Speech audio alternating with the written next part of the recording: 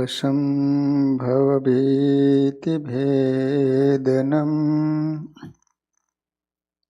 सुखसम्पत्करुणानिकेतनम् व्रतदानतपः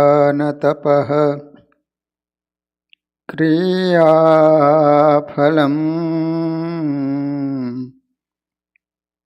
सहजानन्दगुरुं भजे सदा।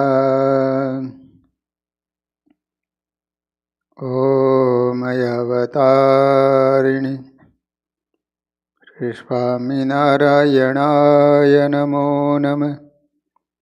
श्री हरिकृष्णाय घनश्यामाय नीलकण्ठाय हरियुदासाय नमो नमः। बोलो स्वामिनारायण भगवाननी, श्री हरिकृष्ण महाराजनी, श्री नरनारायण देवनी जय, श्री लक्ष्मीनारायण देवनी जय।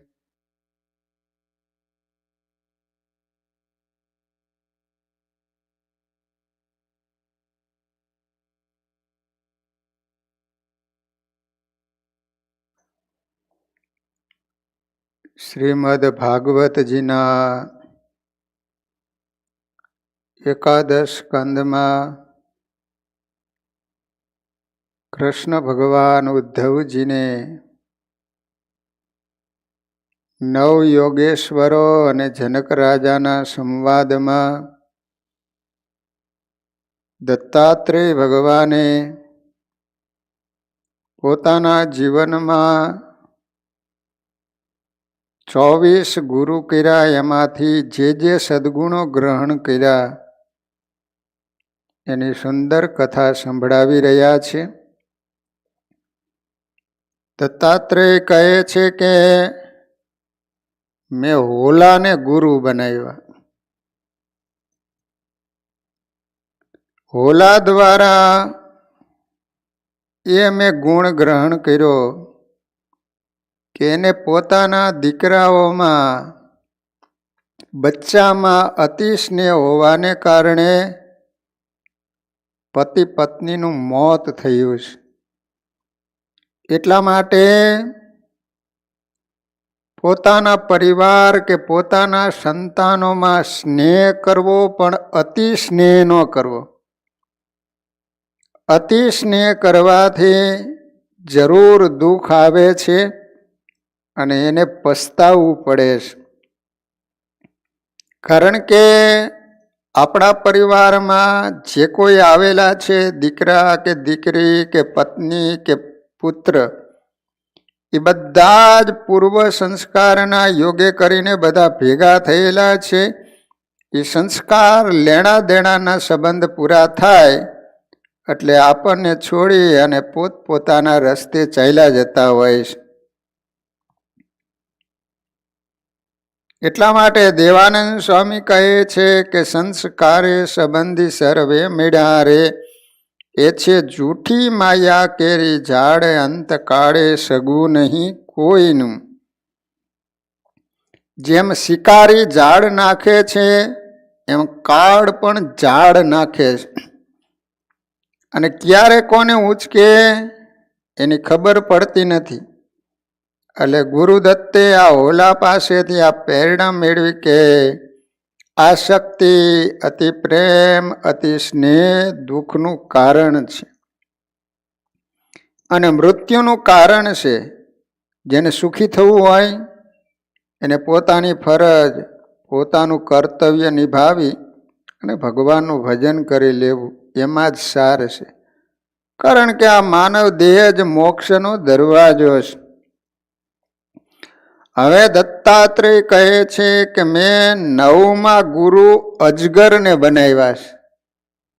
અજગર આવે ને, તો અજગરમાંથી મેં શું ગુણ ગ્રહણ કર્યો? અજગર સરીસૃપ વર્ગનું પ્રાણી છે. એક પ્રકારનો મહાકાય સર્પ છે. અજગર મોટા ભાગે જંગલમાં રહેતા હોય છે. એનું શરીર મોટું હોય છે, છતાં ખાવા માટે દોડાદોડ નથી કરતો. દત્ત ભગવાને જોયું કે અજગર પોતાનું પેટ તો ભરે છે, પણ એ સ્વાદ, બે સ્વાદને તથા સારા ખોટાને જોતો નથી. જે મળ્યું એ સ્વીકારી લે. વહેલું મળે, મોડું મળે, ક્યારેક ન પણ મળે તો ચલાવી લેશે. ભાગવતના શબ્દો છે કે ગ્રાસમ સુમૃષ્ટમ વિરસમ મહાંતમ સ્તોકમેવયા. ક્યારેક એક ગ્રાસ કોળીઓ જેટલું જ મળે, ક્યારેક શુષ્ક લાકડા જેવું કઠોર ખાદ્ય મળે, ક્યારેક ઢગલો મળે, જેથી અઠવાડિયાની ભૂખ ભાંગી જાય.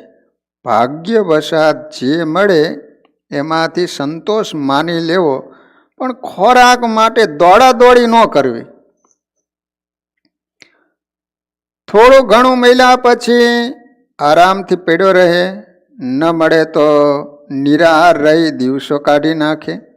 અજગરના આવા સ્વભાવમાંથી જે ઉપદેશ મળ્યો તે બહુ મોટો છે. મુખ્ય વાત છે અજગર પાસેથી સંતોષનો ગુણ શીખવો. ગ્રસ્તોએ આજીવિકા માટે પરિશ્રમ ચોક્કસ કરવો. કાંઈ મહેનત ન કરે તો એને કશું મળે નહીં. નહીં સુપ્તસ્ય સિંહસ્ય પ્રવિશંતિ મુખે મૃગા. મોઢું પહોળું કરીને સૂઈ જાય સિંહ તો મૃગલા એના મોઢામાં દોડી જાય નહીં. સિંહ મોઢું ફાડીને સૂઈ રહે આખો દી. તો કે હરણા છે એના મોઢામાં જઈને પડે. સિંહને પણ શિકાર કરવો પડે, હરણાની પાછળ એને પણ દોડવું પડે. એટલે શ્રમ તો કરવો જ જોઈએ. આજીવિકા માટે, કુટુંબના પોષણ માટે પરિશ્રમ જરૂર કરો. એ પરિશ્રમમાંથી જે ફળ મળે એમાંથી સંતોષ માનો. હાય હોય નહીં કરવાની. બીજાનું સુખ જોઈને દુઃખી નહીં થવાનું. તમારા શ્રમથી તમને જે મળે એમાંથી સંતોષ કેળવતા શીખો. અને ગ્રહસ્થોએ આ વાત પણ યાદ રાખવાની કે સંસારમાં જે સુખ મળે છે તે એકલા પરિશ્રમથી નથી મળતું. તેમાં બીજા બે હાથ હોય છે. એક હાથ હોય છે ભાગ્યનો અને બીજો હાથ હોય છે ભગવાનની કૃપાનો. જ્યાં સુધી ભગવાનની કૃપા ન થાય ત્યાં સુધી તમે ગમે એટલી મહેનત કરો છતાંય પણ એના જીવનમાં ટકતું નથી. મળે છતાંય પણ એને ટકે નહીં. જ્યારે ભગવાનની કૃપા થાય ને ત્યારે એને ટકતું હોય છે. જો એ કઠિયારો હતો ને તે લક્ષ્મી અને નારાયણ એક વૃક્ષના નીચે ઊભા છે. એમાં ઓલો કઠિયારો માથે લાકડાનો ભારો લઈ અને ત્યાંથી નીકળ્યો. માથે લાકડાનો ભારો હતો, કપડાં બધા ફાટલા તૂટલા હતા, સાવ ગરીબ હતો. એટલે લક્ષ્મીજી આમ જોયું ને એટલે નારાયણ ભગવાનને કહ્યું કે પ્રભુ આના ઉપર કાંઈક દયા કરો, કંઈક આપો. ભગવાન કહે છે કે એને કદાચ આપીશ ને તોય પણ ટકશે નહીં. તો લક્ષ્મીજી કહે છે કે હું આપું. કે લક્ષ્મીજીના ગળામાં ચંદનનો હાર, એટલે બહુ મોંઘો હાર હતો, એમાંથી એક ચકદું કાઢી અને કઠિયારાને કીધું કે આ ચકદું તારા ઘરે લઈ જા અને આમાંથી જે સંકલ્પ કરીશ ને એ તને પ્રાપ્ત થશે. હવે કઠિયારો એ ચકદું લઈ અને ઘરે જાતો તો એમાં વચમાં નદી આવી. તે એનું ખીસ્યું હશે ને એના છેડે બાંધેલું તમે નાહવા માટે ગયો ને તે એમાં ક્યારેક ગાંઠ છૂટી જાય ખબર નહીં, તે ચકદું હતું એ નદીમાં જતું રહ્યું. તે પાછો બીજા દિવસે પાછો લાકડાનો ભારો લઈને નીકળ્યો. તે લક્ષ્મીજી કહે છે કે ઓલું મોંઘું મેં હારનું ચકદું આપ્યું હતું એ ક્યાં નાખીએ?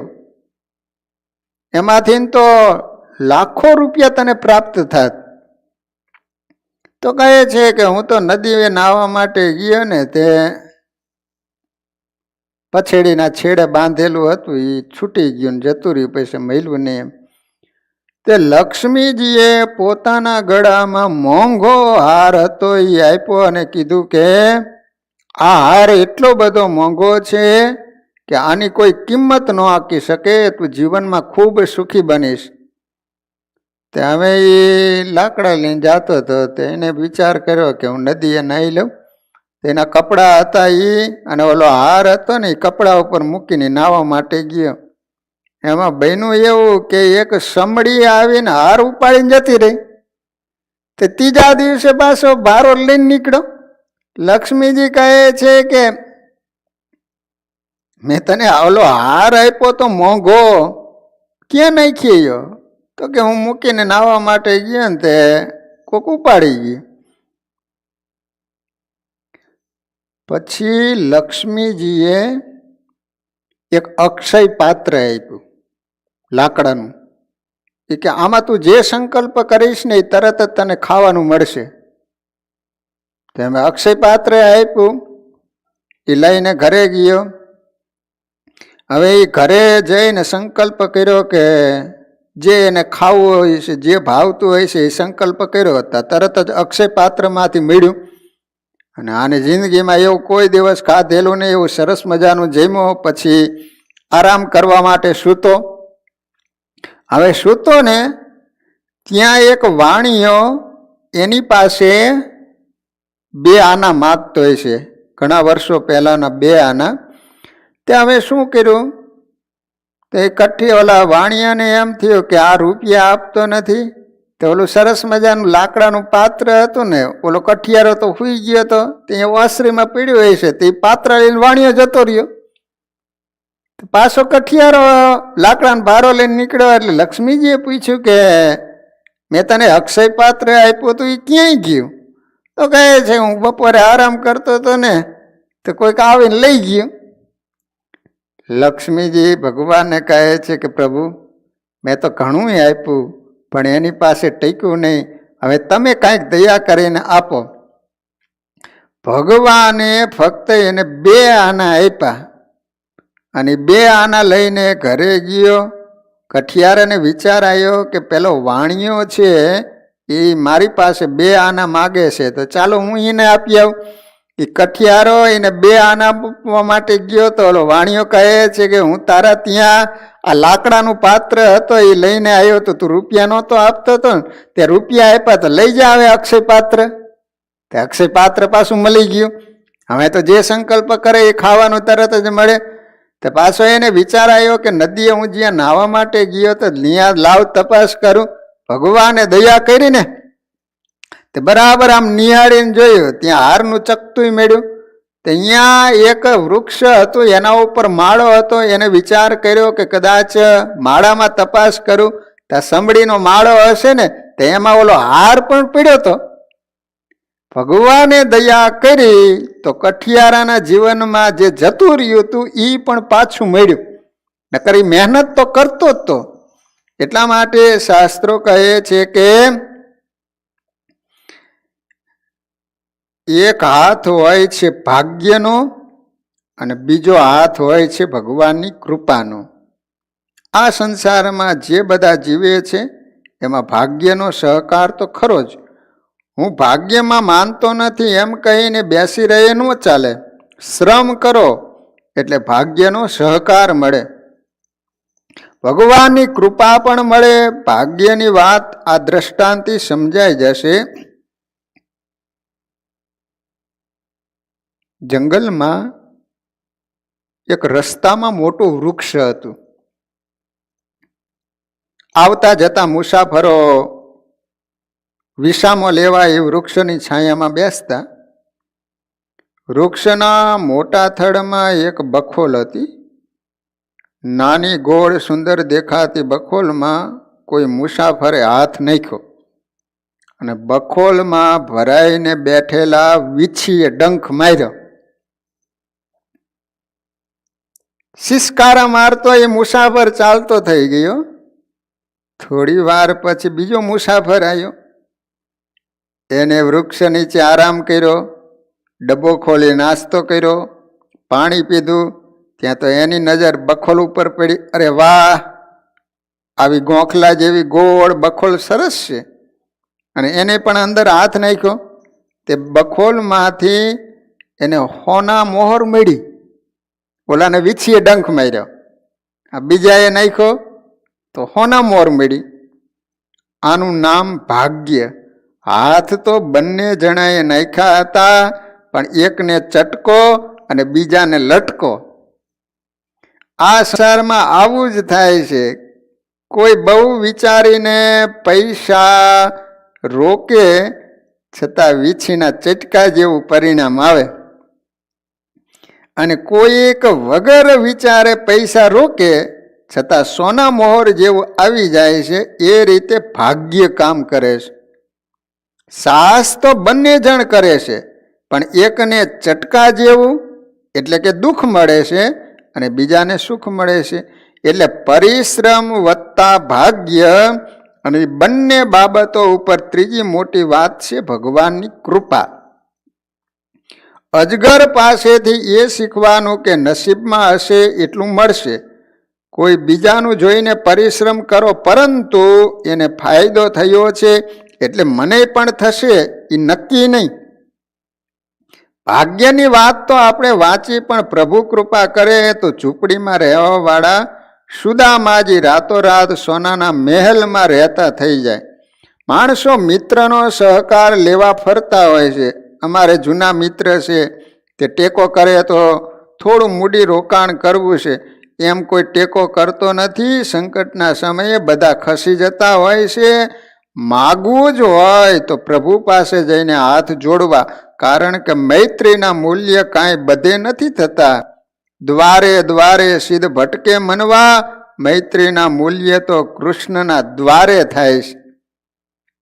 સુદામાથી તો દ્વારકા સુધી લાંબા થયા હતા, પણ ભક્ત ઉપર ભગવાન વણ તેડા ઘેર આવીને એના દુઃખ દારિદ્ર્ય દૂર કરે છે. ઉત્તર ગુજરાતમાં વિસનગર પાસે દેવડા ગામમાં વણિક હરક્ષા રહેતા હતા. હરક્ષા નામ વાણિયા હતા. ટૂંકમાં સુદામાજીનો જાણે નવો અવતાર હોય ને એવા દરિદ્ર હતા, ગરીબ હતા. સ્વામિનારાયણ ભગવાન એ ભગતના ઘેર વણતેડા પધાર્યા. હરક્ષાના હરખનો પાર ન રહ્યો. પ્રભુને થાળ જમવાની વિનંતી કરી. મહારાજે કહ્યું, તમારી આર્થિક સ્થિતિ અમે જાણીએ છીએ, માટે જો રોટલો અને દાળ કરશો તો અમે જમીશું. આ ભાવિક એના પત્ની થોડા વાસણો વેચી એમાંથી સીધું લાવી દૂધપાક માલપુરના બનાવી પ્રભુને જમવા બોલાવ્યા. ઘરે જઈને પત્નીને વાત કરી કે ભગવાને કીધું છે કે દાળને રોટલા જ કરજો, કારણ કે તમારી ગરીબ પરિસ્થિતિ છે ને. તો એના પત્ની કહે છે કે આપણા ઘરે 5 પૈસાનો મહેમાન આવે તો આપણે એને લાડવા કરીને જમાડીએ. તો અનંતકોટી બ્રહ્માંડનો ધણી આપણા ઘરે આવ્યો હોય તો કે એને ફક્ત દાળને રોટલો જમાડાય, પણ આપણા ઘરે છે નહીં, શું કરીશ? તો તેના પત્ની વાસણ હતા એ વેચી એમાંથી સીધું લાવી અને દૂધપાક ને માલપુડા બનાવ્યા. ઉત્તર ગુજરાતમાં માલપુડા બહુ બનાવે. પ્રભુને જમવા બોલાવ્યા. આ બધું જોઈને ભગવાને કહ્યું, તમે શરત ભંગ કર્યો. મેં તો કહ્યું હતું કે દાળને રોટલા, આ દૂધપાકને માલપુડા બનાવ્યા. અમારી જે શરત હતી તમે ભાંગી, માટે અમે નહીં જમીએ. હરક્ષા બોલ્યા, મહારાજ આમાં કંઈ બીજું નથી, કાલી રોટી અને થોડી દાળ. પ્રભુ તો આ ગરીબ ભગત ઉપર કૃપા કરવા માટે જ પધાર્યા હતા. એટલે આગળ બોલ્યા, અમે એમ સમજતા હતા કે તમે ગરીબ છો. આજે અમને ખાતરી થઈ કે તમે તો ખૂબ ધનવાન છો. આ દૂધ પાકના માલપુડા બનાવ્યા એટલે તમે ધનવાન હોય તો જ બનાવ્યા હોય ને. અમે તેમ માનતા હતા તમે ગરીબ છો. હવે 500 રૂપિયા લાવો પછી થાળ જમીએ. વાસણ વેચીને માન આટલો મેર કર્યો અને 500 રૂપિયા એ જમાનામાં ગાડાના વ્હીલ જેવો રૂપિયો થતો. 500 રૂપિયા તો શ્રીમંત હોય એને ત્યાં ન નીકળે. હવે ક્યાંથી લાવવા? મહારાજ કે 500 રૂપિયા લાવો પછી થાળ જમીએ. કૃપાની સાથે ભક્તની નિષ્ઠાની કસોટી પણ થતી હતી. ધન્ય છે આ દંપતીને હિંમત હાર્યા વગર પોતાનું રહેવાનું મકાન ગીરવે મૂકીને 500 રૂપિયા ભગવાનને અર્પણ કર્યા. થાળ જમીને વિદાય થતી વખતે હરક્ષાને પણ ભગવાને સાથે લીધા. એ વર્ષે ગુજરાતમાં તુવેરનો મબલક પાક થયો હતો. 4 મણ લેખે મળતી હતી. 1 રૂપિયાની 4 મણ તુવેર દાડો મણ. તે તો કિલ્લાનો શું ભાવ છે? પ્રભુએ 500 રૂપિયાનું તુવેરો હરક્ષા પાસેથી ખરીદાવી એમના ઘરમાં ભરાવી દીધા. બીજા વર્ષે ઇતિહાસમાં જેની નોંધ લેવાય છે તે 1869 એટલે 69 મહાદુષ્કાળ પડ્યો, ભયંકર. ક્યાંય વરસાદનું ટીપું પડ્યું નહીં. હરક્ષાએ સ્વામિનારાયણ ભગવાનને પત્ર લખ્યો, પ્રભુ ભયંકર દુષ્કાળ છે, ચોરી લૂંટફાટ ચાલે છે, તમારી તુવેરો મંગાવી લો તો સારું. આ પત્રના જવાબમાં પ્રભુએ લખ્યું કે ભગત, એ તુવેરો અમારી નથી, તમારી જ છે. તમારા માટે જ અમે ખરીદાવી હતી. હવે ગરીબોને દાનમાં આપો અને બાકીની વેચો. એ વખતે દુષ્કાળને લીધે તુવેરો 8 રૂપિયા મણના ભાવે હતી. લીધી હતી કેટલે? 1 રૂપિયાની 4 મણ અને વેચી ત્યારે 8 રૂપિયે મણ. આ ભગતે ગરીબોને મફત વેચી, બીજાને વેચાતી આપી. દુષ્કાળના અંતે હરક્ષાની ગણતરી લાખો પતિમાં થવા માંડી. સ્વામિનારાયણ ભગવાન બોલ્યા હતા કે તમે ગરીબ નથી, પૈસાદાર છો. પ્રભુના વચને હરક્ષા સાચા અર્થમાં શેઠ બની ગઈ. માટે સંતોષથી જીવતા શીખવું. પરિશ્રમ કરો, મહેનત કરો.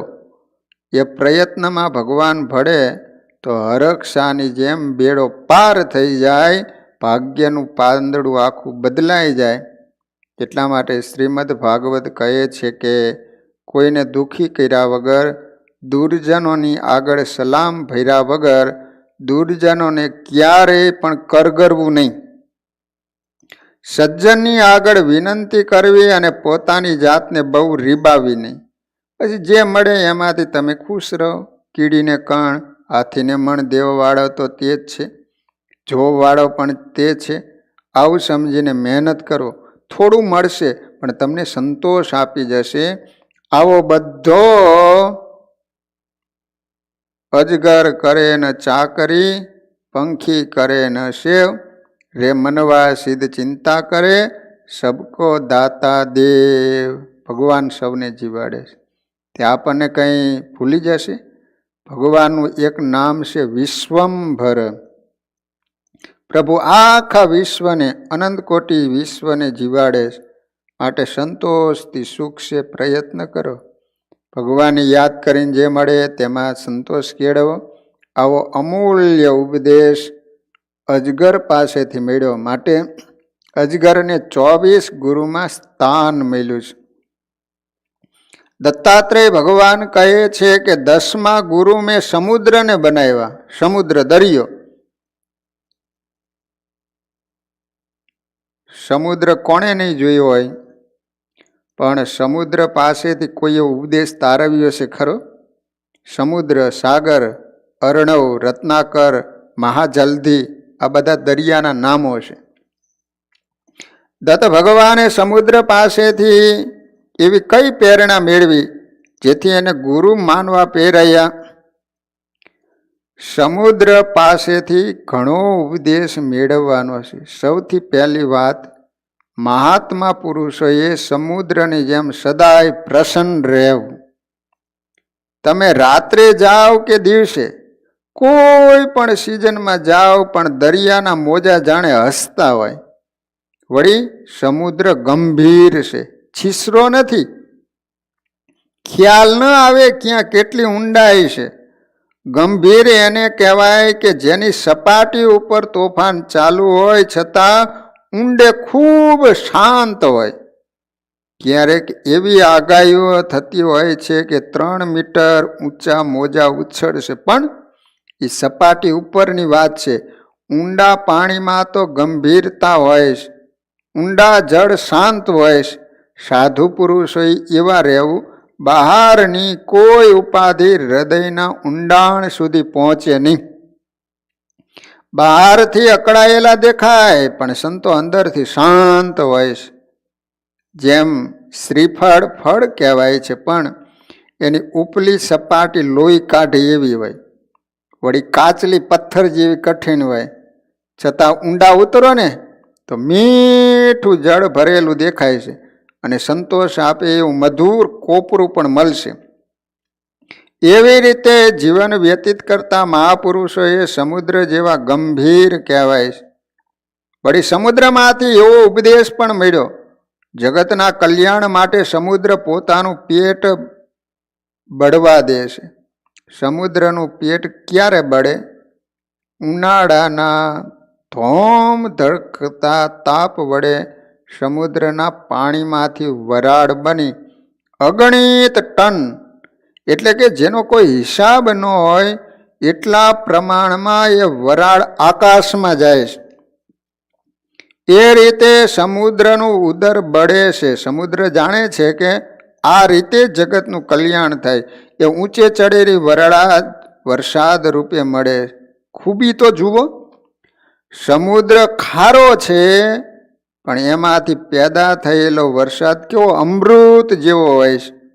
આ બધા સમુદ્રમાંથી મેળવેલા ઉપદેશો છે. સૂર્યની ગરમીથી સમુદ્ર સુકાતો નથી. તલાવડા, નદીઓ, સરોવરો વગેરે ઉનાળાની ગરમીથી સુકાઈ જાય, પણ સમુદ્ર સદાય પૂર્ણ રહે છે. એટલું જ નહીં, ચોમાસામાં કેટલી બધી નદીઓ, મહાનદીઓના નીર સમુદ્રમાં ઠલવાય છતાંય પણ એ ક્યારેય છલકાતો નથી. વિચાર તો કરો, ચોમાસામાં આખી પૃથ્વીનું પાણી સમુદ્રમાં જાય છે છતાંય પણ કોઈ દી સમુદ્ર છલકાય નહીં. વિચાર કરો, ચોમાસામાં અમુકનું સમુદ્રનું પાણી અંદર જતું જાય, આટલું અગાધ પાણી જાય છતાં સમુદ્ર કોઈ દી છલકાય નહીં. વિચાર તો કરો, એ બધું પાણી ક્યાં જતું છે? આખી પૃથ્વી ઉપરનું કેટલું પાણી હોય, સતત સમુદ્રમાં જાય છે પાણી. 100 નદીઓ ઉપર સમાણી તોય સાગર જેવા ગંભીર જગમાં એનું નામ ફકીર. 100 નદીઓ એટલે વિવિધ મનોભાવ ધરાવતા મનુષ્યો આવીને ગમે એવા શબ્દો સંભળાવી જાય છતાં હૈયામાં ધીરજ ધારી રહે, એનું નામ કહેવાય સંત. સાગર જેવા ગંભીર કહેવાય. સફરજનના વૃક્ષો ઉપર કેટલા સફરજન છે તે ગણી શકાય, પણ એક સફરજનમાં કેટલા વૃક્ષો છે એ ગણવા મુશ્કેલ છે. એ ગણી શકાતા નથી. સભામાં બેઠેલાના મસ્તકો ગણી શકાય, પણ એ મસ્તકોમાં કેટલા વિચારો ભીરા છે એ ગણી શકાતા નથી. જુદા જુદા વિચારો વાળા પ્રસંગમાં આવીને શાંતિથી રહી શકે એ સાગર જેવા સંત જાણવા. એટલું જ નહીં, સમુદ્ર કામો હિ નોવા નારાયણ પરો મુનિ.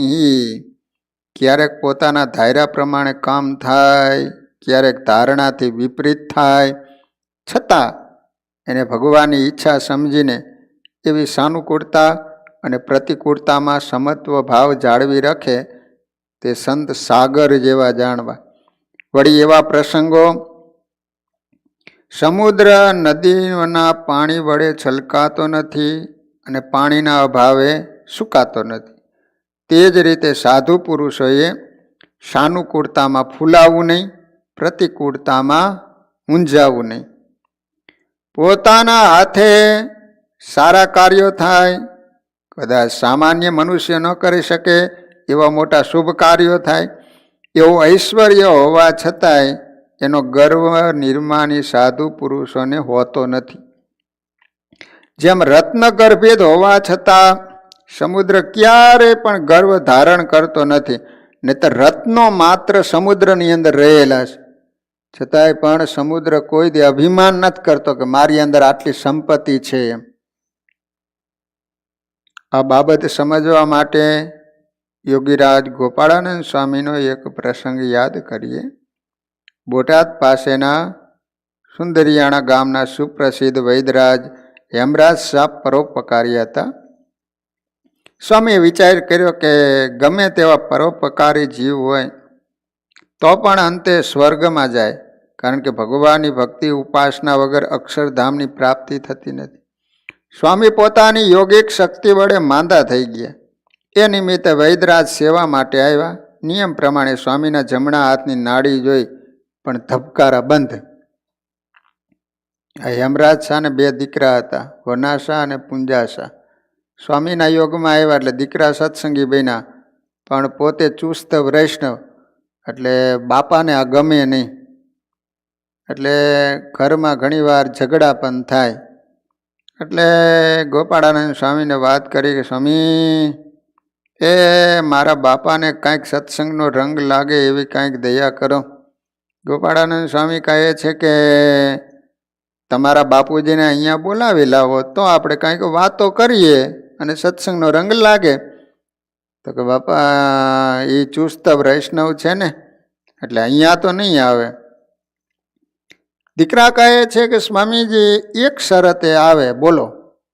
એ કે મારા બાપુજી છે એ સારામાં સારા વૈદ છે, અને કોઈ શત્રુ હોય ને પણ એને ખબર પડે કે બીમાર છે તો દવા કરવા માટે તરત ઉપડી જાય. તો ગોપાળાનંદ સ્વામી કે જો તારા બાપા હાજા થતા હોય ને તો હું માંદો પડું. જાઓ તમારા બાપુજીને કહેજો કે સ્વામી બીમાર છે. એટલે જઈને કીધું કે બાપુજી બોલો. તો કે અમારા ગોપાળાનંદ સ્વામી બીમાર છે. શું બોલો? સ્વામી? સ્વામી તો એક વલ્લભ, બાકી તો બધા બાવા. તો કે જે ગણો તે. એટલે પહેલાના સમયમાં ઓલા વૈદ હોય પેટી રાખે, તે હાથમાં પેટી લીધી અને ગોપાળાનંદ સ્વામી તો સૂતા છે. અને પહેલાંના વૈદ છે ને આમ નાડી જોવે, નાડી ઉપરથી ખ્યાલ આવી જાય કયો રોગ છે. તો સ્વામી તો સૂતા હતા. જઈને આમ જ્યાં ગોપાળાનંદ સ્વામીના હાથ લઈને આમ નાડી જોવે તો સ્વામીએ નાડીઓ ખેંચી લીધી, નાડી હાથમાં જ ન આવે. પાછા ગોપાળાનંદ સ્વામી એની સાથે વાત કરે છે. આમ છાતીએ હાથ મૂક્યો તો ધબકારા બંધ. હેમરાજ શાહ વિચાર કરે, નાડી હાથમાં આવતી નથી, ધબકારા બંધ, અને પાછા આ સાધુ તો મારી એ વાત કરે છે. એ તરત જ ગોપાળાનંદ સ્વામીને મીડા દંડવત કરવા એ કહે છે કે તમે તો સાક્ષાત મારા ઈષ્ટદેવ કૃષ્ણ પરમાત્મા જ પધાર્યા છો.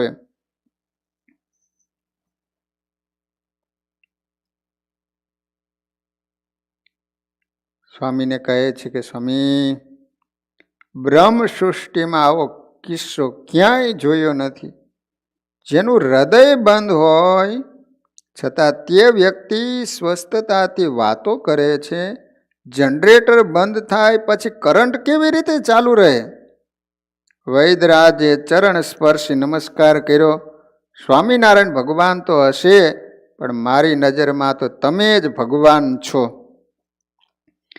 ત્યારે ગોપાળાનંદ સ્વામી કે વૈદરાજ, સાચું કહું, સ્વામિનારાયણ ભગવાન પાસે મોટા મોટા 500 પરમહંસ છે. એનું જો લિસ્ટ થાય ત્યારે મારું નામ છેલ્લે આવે. હું તો દાસનો દાસ છું, મને તો કાંઈ નથી ફાવતું. જે થાય છે ને એ ભગવાનની ઈચ્છાથી થાય છે. અને યમરાજ શાહ સ્વામિનારાયણ ભગવાનના આશ્રિત બની ગયા. આવી રીતે ઐશ્વર્ય પ્રભાવધારી મહાન સંતવર્ય ગોપાળાનંદ સ્વામી જેવા સંત, સાગર જેવા સંત હતા. જાણે કશું જ કર્યું ન હોય એ રીતે વર્તતા હતા. મહાવીર હોવા છતાં મહાધીર બનીને સૌનું કલ્યાણ કરતા. સજ્જનો, સમુદ્ર પાસેથી આ શીખવાની કથાઓ છે. વળી સાધુ પુરુષોએ અનંત પાર રહેવું એટલે કે સંત પાસે કેટલું જ્ઞાન છે, કેટલી વિદ્યા છે, કેટલો અનુભવ છે, એને કોઈ જલ્દી જાણી ન શકે. કોઈ પૂછે, સ્વામીજી કેટલું ભણ્યા છો? તો જવાબ આપે કે ખાસ કંઈ નહીં, ગુજરાતી વાંચતા આવડે છે. ઘણા માણસો પોતાના બાયોડેટા તૈયાર રાખીને ફરતા હોય છે, મારી પાસે આટલી આટલી યોગ્યતાઓ છે. પણ સાધુ પુરુષોએ સમુદ્રની જેમ અનંત રહેવું. કોઈ જલ્દી પાર ન પામી શકે એમ કે આ સ્વામીજી કેટલું જાણે છે, એની પાસે કેટલું જ્ઞાન છે, એમની પાસે કેટલી યોગ્યતાઓ છે, એ ખ્યાલ જ ન આવે. કારણ કે સમુદ્રની ઊંડાઈનો કોઈને ખ્યાલ ન આવે. સમુદ્રનું એક નામ છે રત્નાકર. સમુદ્રમાં બહુમૂલ્ય રત્નો મોતી પાકે છે. સમુદ્ર પાસે તમામ સમૃદ્ધિઓ છે. શ્રીમદ ભાગવતમાં સમુદ્ર મંથનની કથા છે. એમાંથી 14 રત્નો નીકળ્યા. સાક્ષાત લક્ષ્મીજી પણ સમુદ્રમાંથી મળ્યા. આવા અગાધ સાગરમાં અનંત સમૃદ્ધિઓ સમાઈ જાય છે. ઉપરાંત અનેક જીવનને તે સાચવે છે. નાની માછલીઓથી લઈને મહા મોટી વહેલ માછલીઓ હોય, સૃષ્ટિને પોતાના ઉદરમાં સાચવે છે. પણ સમુદ્ર ક્યારે પણ મળદું સંગ્રહતો નથી.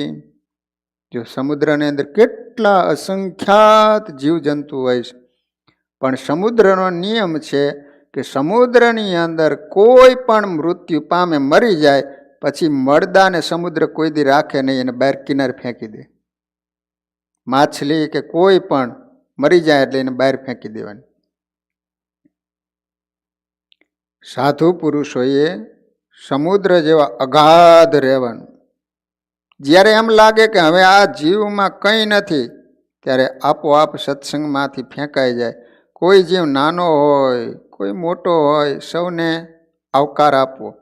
પણ જેમાંથી શ્રદ્ધા અને પ્રેમ જાય એ શબવત બનીને આપોઆપ સત્સંગમાંથી બહાર ફેંકાઈ જાય. વળી સમુદ્રમાંથી તો બહુવિધ ઉપદેશ મળે છે. સમુદ્ર કોઈની પાસે અપેક્ષા રાખતો નથી. એ પોતાની મસ્તીમાં ઘૂઘવાટા કરતો રહે છે.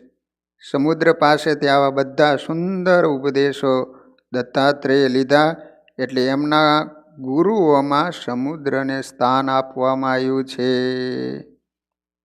11માં ગુરુ બનાવ્યા છે પતંગ.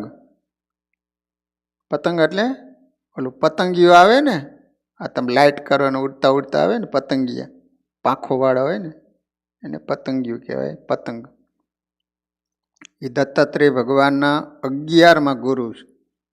બોલો, આપણને એમ લાગે પતંગિયાને ગુરુ બનાવ્યા, પણ જેની દ્રષ્ટિ ગુણમય બની ગઈ હોય ને, એની જ્યાં નજર જાય ને તો બધાયમાંથી એને ગુણ જ દેખાય. બોલો, અવગુણીઓ હોય ને એને ગમે ત્યાં તમે નાખો ને તો એને બધે અવગુણ જ દેખાય. બોલો, એને કરોડ રૂપિયાનો બંગલો હોય ને એની અંદર તમે લઈ જાઓ ને અવગુણીઓને, તો એ સંડાસ પાસે જઈને ઊભો રહે, કાંઈક ગંધાય છે બહુ, પણ આ બાજુ મૈડ ને.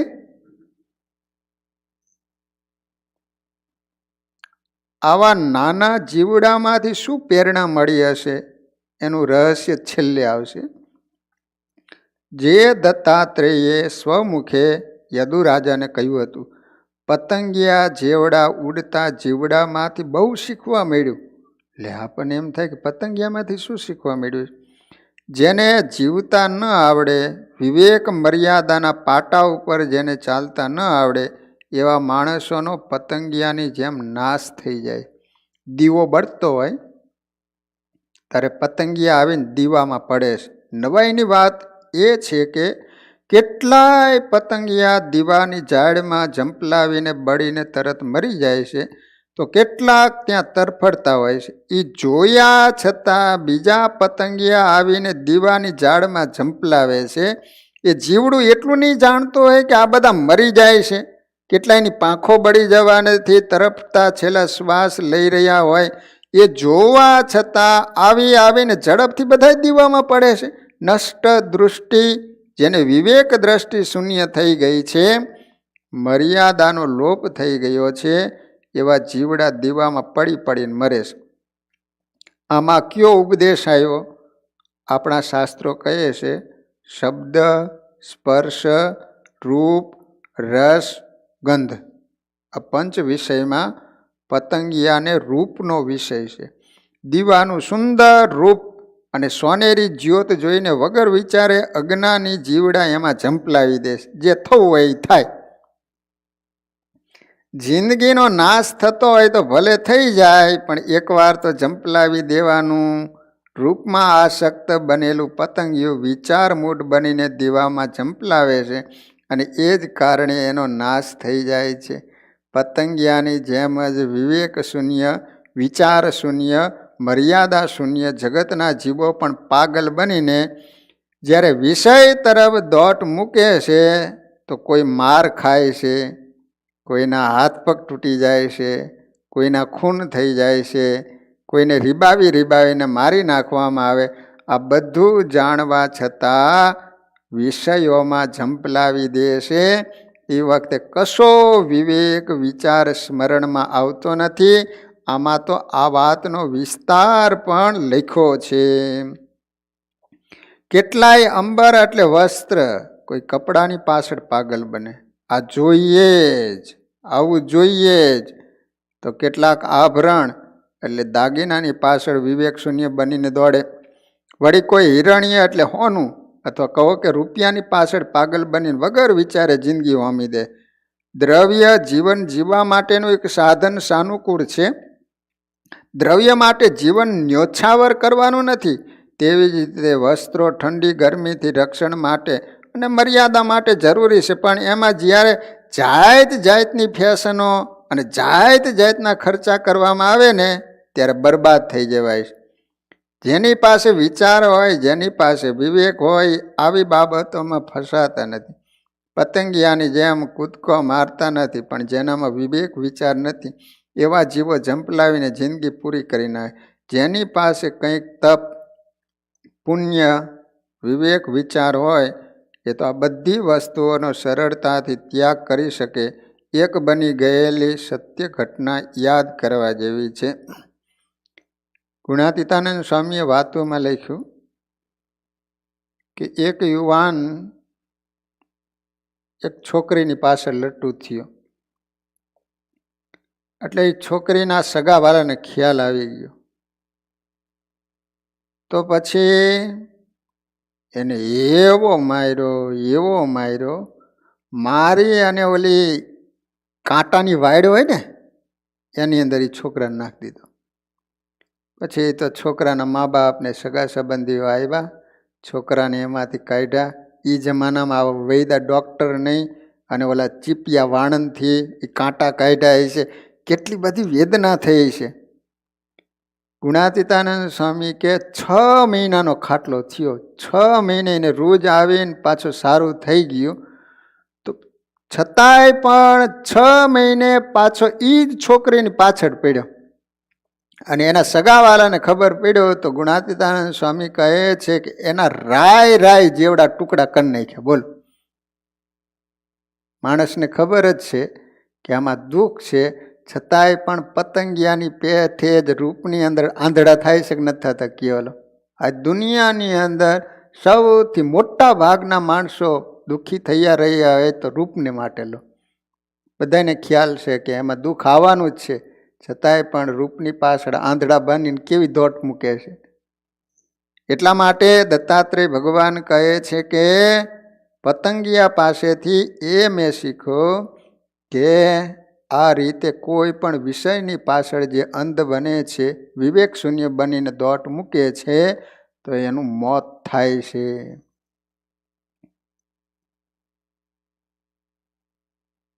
વાલા ભક્તજનો, કથાનો સમય અહીંયા પૂરો. બાકીના આપણે 24 ગુરુઓની કથા કાલે શ્રવણ કરીશું. અહીંયા ભગવદ સ્મરણ સાથે કથાને વિરામ.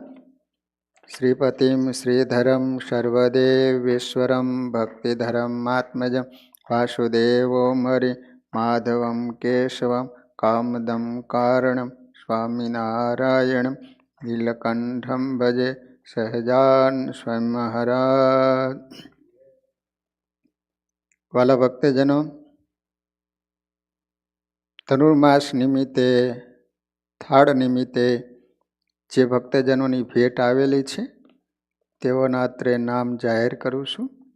સુમિતા પટેલ વડુ, જગદીશભાઈ એમ પટેલ, ચંદ્રિકાબેન પ્રવીણભાઈ વડુ, છાયાબેન જીતુભાઈ રૈયજ, દીપિકાબેન અરવિંદભાઈ ટેનિસી, સવિતાબેન બળદેવભાઈ પટેલ વડુ, મીનાબેન બાબુભાઈ પટેલ, વીણાબેન પટેલ, કપિલાબેન કલ્પનાબેન પટેલ, દશરથભાઈ નારાયણદાસ વડુ, કાંતાબેન દશરથભાઈ વડુ, રાજુભાઈ દશરથભાઈ પરિવાર વડુ, ગીતાબેન બળદેવભાઈ, શનિવારની સભા છે ટેનિસી. તો વાલા ભક્તજનો, આ રીતે થાળ નિમિત્તે ભેટ આવી રહી છે. વાલા ભક્તજનો, કાલે પલિયડના શૈલેષભાઈ ચેરી હિલમાં કોરોના થઈ ગયો હતો અને કાલે 52 વર્ષની ઉંમરે શરીર છોડી અને ભગવાનના ધામમાં સીધાવી ગયા. દક્ષાબેનને કંઈક સંબંધીમાં થાય છે. તો વાલા ભક્તજનો, શૈલેષભાઈ નિમિત્તે અત્યારે આપણે 10 મિનિટ ભગવાનની ધૂન બોલાવીશું. સારું ફળ એના આત્માને મળે. ભગવાન સદૈવ પોતાની સમીપે રાખે અને જે કાંઈ સંબંધીઓને દુઃખ આવી પડ્યું એ દુઃખને સહન કરવાની ભગવાન ધીરજ અર્પે એવી ભગવાનના ચરણો પ્રાર્થનાની સાથે અત્યારે ભગવાનના નામની 10 મિનિટ ધૂન. સ્વામિનારાયણ સ્વામિનારાયણ સ્વામિનારાયણ સ્વામિનારાયણ સ્વામિનારાયણ.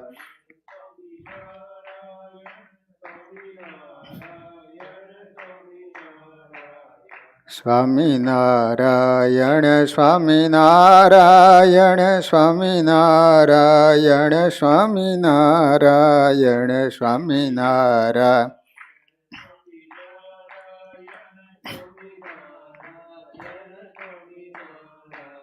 સ્વામિનારાયણ સ્વામિનારાયણ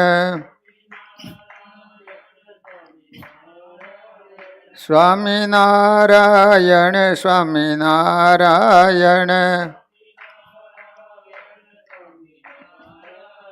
સ્વામિનારાયણ સ્વામિનારાયણ સ્વામિનારાયણ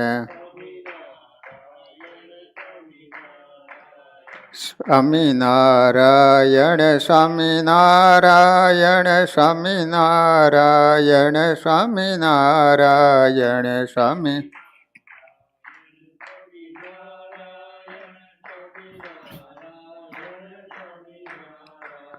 સ્વામિનારાયણ સ્વામિનારાયણ સ્વામિનારાયણ સ્વામિનારાયણ સ્વામિનારાયણ.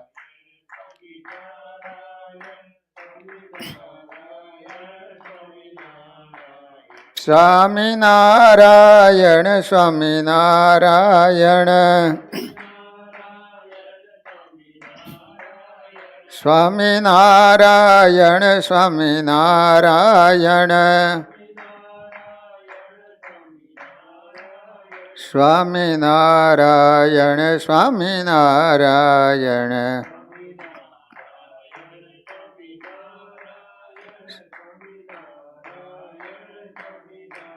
આયણ સ્વામિનારાયણ સ્વામિનારાયણ સ્વામિનારાયણ